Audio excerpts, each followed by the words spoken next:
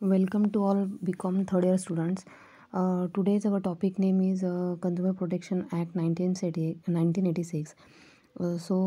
First of all, we will see the introductions of Consumer Protection Acts and its definitions, meaning. But त्यापूर्वी आपण एक theory आपण इथे पाहणार आहोत की what is consumer protection act कधी लागू झाला. ग्राहक अथवा उपभोक्त्यांचे शोषण अनेक मार्गाने करण्यात येतात आणि कितीतरी जास्त किंमत वसूल करणे आणि वस्तूंचा दर्जा आणि गुण आश्वासनाप्रमाणे नसणे, तसेच सदोष वस्तूंचा पुरवठा करणे आणि ज्या उपयोगासाठी वस्तू खरेदी केली जाते त्या उपयोगाकरता ती योग्य नसणे आणि नकली वस्तूंचा पुरवठा करणे इत्यादी काही मार्गांनी काय होतं की व्यापारी वर्ग जो आहे तो ग्राहकांचे शोषण करत असतो. आणि याशिवाय या वस्तू विक्रीच्या कायद्यामध्ये क्रेत्याने सावध राहून वस्तू खरेदी कराव्या लागतात. म्हणजे जो खरेदी करणार आहे त्याने सावध राहून वस्तू खरेदी कराव्यात.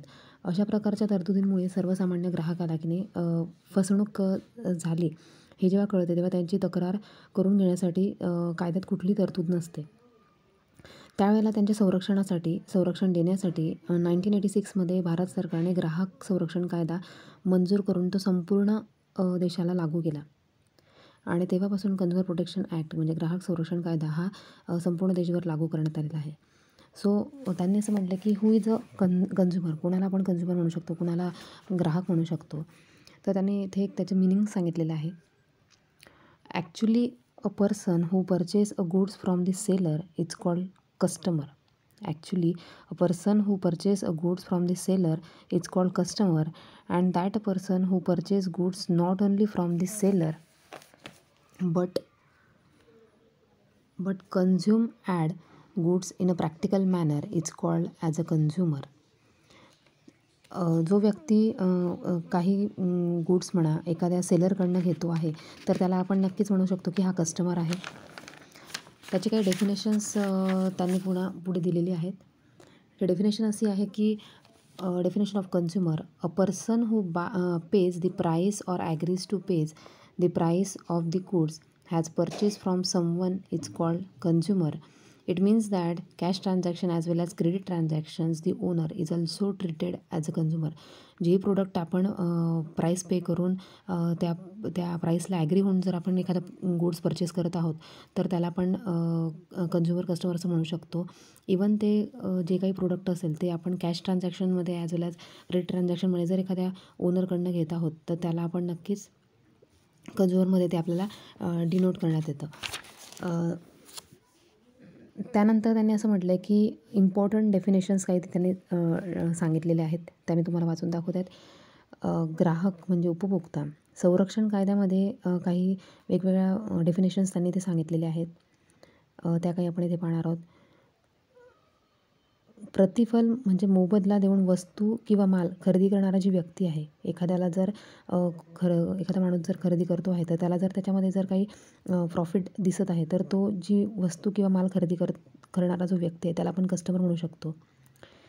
सेकंड आहे की प्रतिफलाच्या मोबदल्यात सेवा खरेदी करणारी अथवा सेवा भाड्याने मिळवणारी एखादी व्यक्ती जर असेल, बऱ्याच वेळेला आपल्याला सर्व्हिस देखील आपल्याला फ्रीमध्ये मिळते किंवा ऑफरमध्ये मिळते किंवा भाडेतत्वावर मिळते, त्याला ती जी व्यक्ती सर्व्हिस खरेदी करते त्याला देखील आपण कन्झ्युमर म्हणू शकतो, ग्राहक म्हणू शकतो.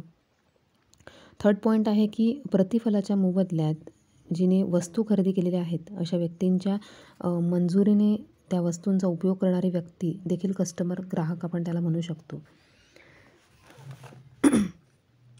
त्यानंतर त्यांनी काही silent features of consumer protection act जे तुमच्या बुक्समध्ये दिलेले आहे ते आपण इथे पाहणार आहोत. It may be treated as an importance and objectives of a consumer protection act. काही 6 पॉईंट्स इथे आहेत ते आपण आता क्लिअर करूयात. फर्स्ट पॉईंट आहे की this act is created by the government of India हिंदी protections of consumers only. Second आहे की for proper implementations of this act purpose in every district level there is a establishment of district consumer forum. हा जो act आहे हा प्रत्येक district लेवलवर हा ॲक्ट कार्यरत आहे. थर्ड पॉईंट आहे की the disputes of consumer which run in courts of a consumer within a limited period. It means that every consumers can get their justice without any delay. Other words, trials has not taken extra ordinary time period for appropriate justice of consumers. जो आपण कायदा करतोय, ग्राहक संरक्षण act जो पाहतोय तो एका लिमिटेड पिरियडसाठीच मर्यादित आहे. फोर्थ पॉईंट आहे की the scope of this act includes the goods and services which are being provided by various types of factories and industrial establishment.